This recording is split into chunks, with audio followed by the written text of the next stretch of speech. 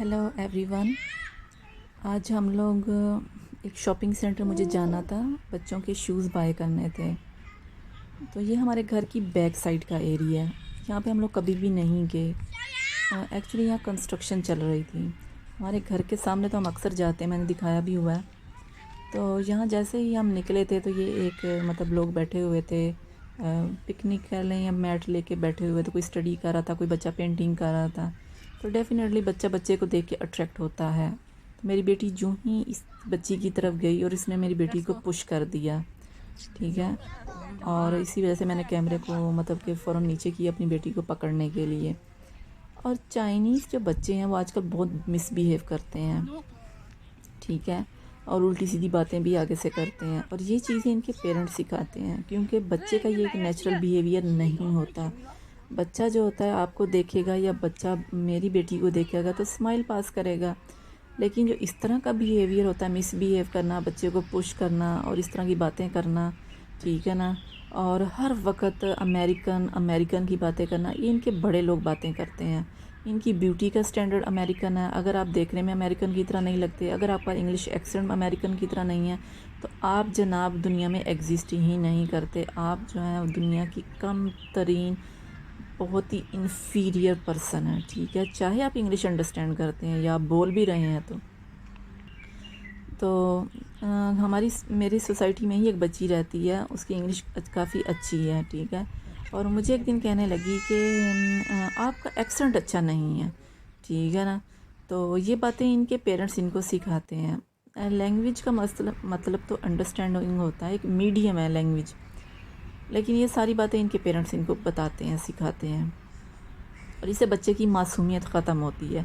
बच्चा टाइम पे चीज़ें सीखे तो मैं समझती हूँ अच्छी बात है। हर बात उसको इसी एज में फीड कर देना, और ऐसी बातें जो उससे रिलेट ही नहीं करती, मेरा ख़्याल में मैं इससे बिल्कुल एग्री नहीं करती। बहरहाल हम इस पे फिर किसी दिन डिटेल में बात करेंगे। यहाँ पे हम लोग जब जो गुज़र रहे थे तो ये एक क्रॉकरी की शॉप है। ये क्ले पॉट्स हैं, जैसे पाकिस्तान में मिट्टी के बर्तन मिलते हैं, बस इसके ऊपर ये जो ग्लेजिंग की हुई है और ये जो ऊपर इन्होंने डिज़ाइनिंग की हुई है, ये एक अपने स्टाइल में की हुई है। डेफ़िनेटली हर रीजन का एक अपना स्टाइल है। इंसान अपनी सराउंडिंग में जिन चीज़ों से इम्प्रेस होता है या जिन चीज़ों को देखता है, उन्हीं चीज़ों को पोर्ट्रेट करने की कोशिश करता है। तो ये देखिए, ये चाइनीज़ आर्किटेक्चर काफ़ी कॉमन है, ब्लू से कलर का।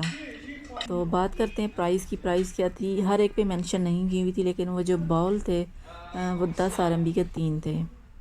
तो प्राइसेस ठीक थी, रीज़नेबल थी, इतने में ही चाइना में चीज़ें मिलती हैं। तो ये क्ले पॉट्स जो हैं कुकिंग के, ये मुझे बहुत ज़्यादा पसंद है। इंशाल्लाह मैं कभी बाय भी करूँगी।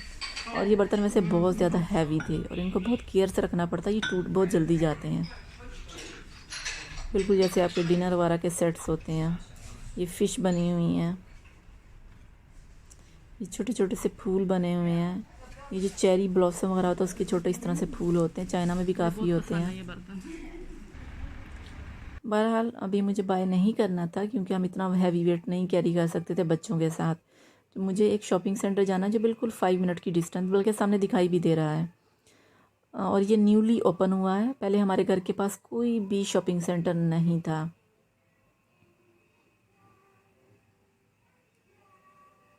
ये सामने सबवे का ऊपर से जो ट्यूब सी लगी हुई है ना, ये गुजर रही है, जिसमें ट्रेन आपको गुजरती हुई दिखाई भी दे रही है, ग्रीन से कलर की, सी ग्रीन सा जो कलर है।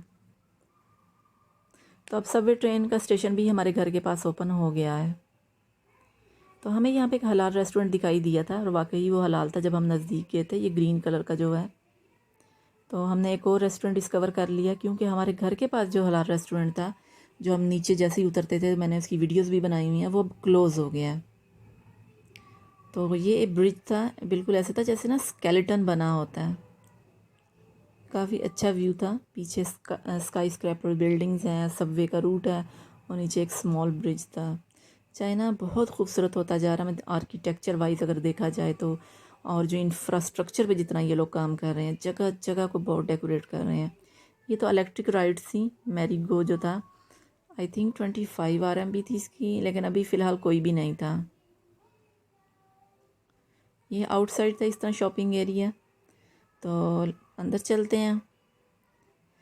आज वैसे हमारा फास्टिंग भी डे था, तो मुझे ज़्यादा नहीं फिरना था, मुझे बस शूज़ वाले फ्लोर पे डायरेक्ट जाना था।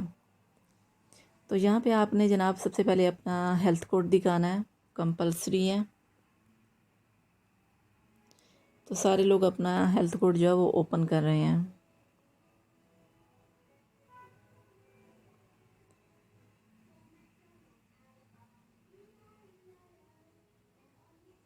फाइनली हम एंटर हो गए शॉपिंग सेंटर में। कुछ इस तरह का था ये shopping centre. Matcha tea start में ही थी, 36 माचा आर्ट इसका नाम था। ये देखें, ये एक केक का पीस पड़ा हुआ है, इसके ऊपर भी चाइनीज़ जो है ये ग्रीन टी डाल के खाते हैं। Matcha tea actually green tea का ही पाउडर है, इतना फाइन पाउडर होता है जितना कोका पाउडर होता है, और ये सेहत के लिए बहुत अच्छा होता है। चाइनीज़ बहुत ज़्यादा कंज्यूम करते हैं। माचा टी पे हम लोग किसी दिन फिर डिस्कस करेंगे इंशाल्लाह। तो हमें चूँकि डायरेक्ट अपने शूज़ वाले फ्लोर पे जाना था, तो ये एक इलेक्ट्रिक मैप बना हुआ है, ये बहुत आपको हेल्प करता है। आप स्क्रीन के ऊपर जाएं, आपने किस फ्लोर पे जाना है, किस शॉप पे जाना है, वो कैसी दिखाई देती है, ठीक है। तो यहाँ से आप क्लिक करके चेक कर सकते हैं। इट्स वेरी कन्वीनियंट और बहुत ही इजी है, मतलब कोई आपको इसकी बहुत ज़्यादा समझने की ज़रूरत नहीं है। नेम लिखे हुए आ रहे हैं, फ्लोर्स लिखे हुए आ रहे हैं, जस्ट क्लिक करें और देख लें। ये देखिए, ये सारे शूज़ का फ्लोर था। यूनिक्लो एक जैपनीज़ क्लोथिंग ब्रांड है।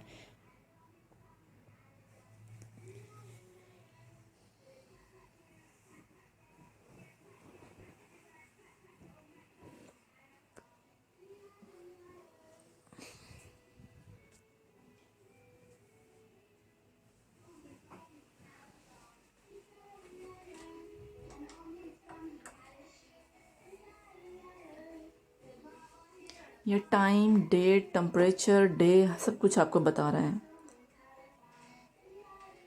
तो चलें चलते हैं, डिस्कवर करते हैं कि कौन कौन से ब्रांड यहाँ पे अवेलेबल हैं। वैसे तो नीचे मैंने चेक कर लिए थे, आपको दिखा देती हूँ। देखिए, मेरी बेटी भी इसको इजीली चला रही है, बिल्कुल मोबाइल की तरह था ये।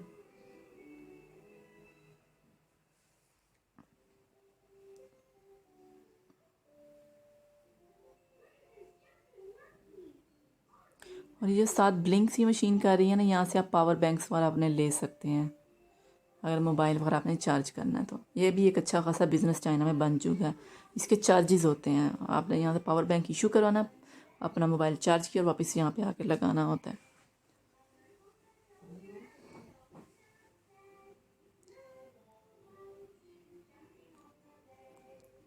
ये स्टार्ट में ही एक बेकरी की शॉप थी। ओ माय गॉड, एक तो रोज़ा और ऊपर से इतनी एपिटाइजिंग यहाँ पे एरोमा था बेकरी की, जो मतलब होती है एक।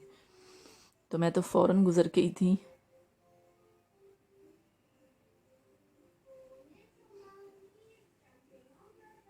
ये वाज बहुत खूबसूरत है।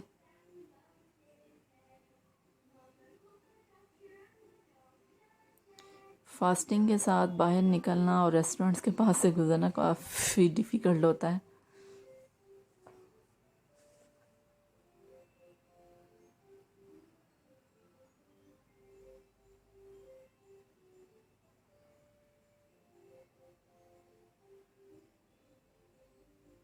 यूनिक्लो एक अच्छा ब्रांड है लेकिन काफ़ी एक्सपेंसिव है।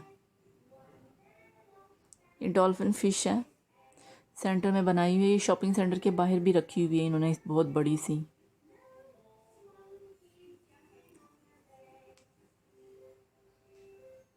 ये सामने ऊपर आपको एक टिक दिखाई दे रहा है जो कि नाइकी का साइन है। उसके बाद बच्चों का ब्रांड और भी थे, बला बला था, एक एक डॉक्टर डकी है, फिल्स थे। तो ये भी ब्रांड थे। हम इसको वन बाय वन विज़िट करेंगे।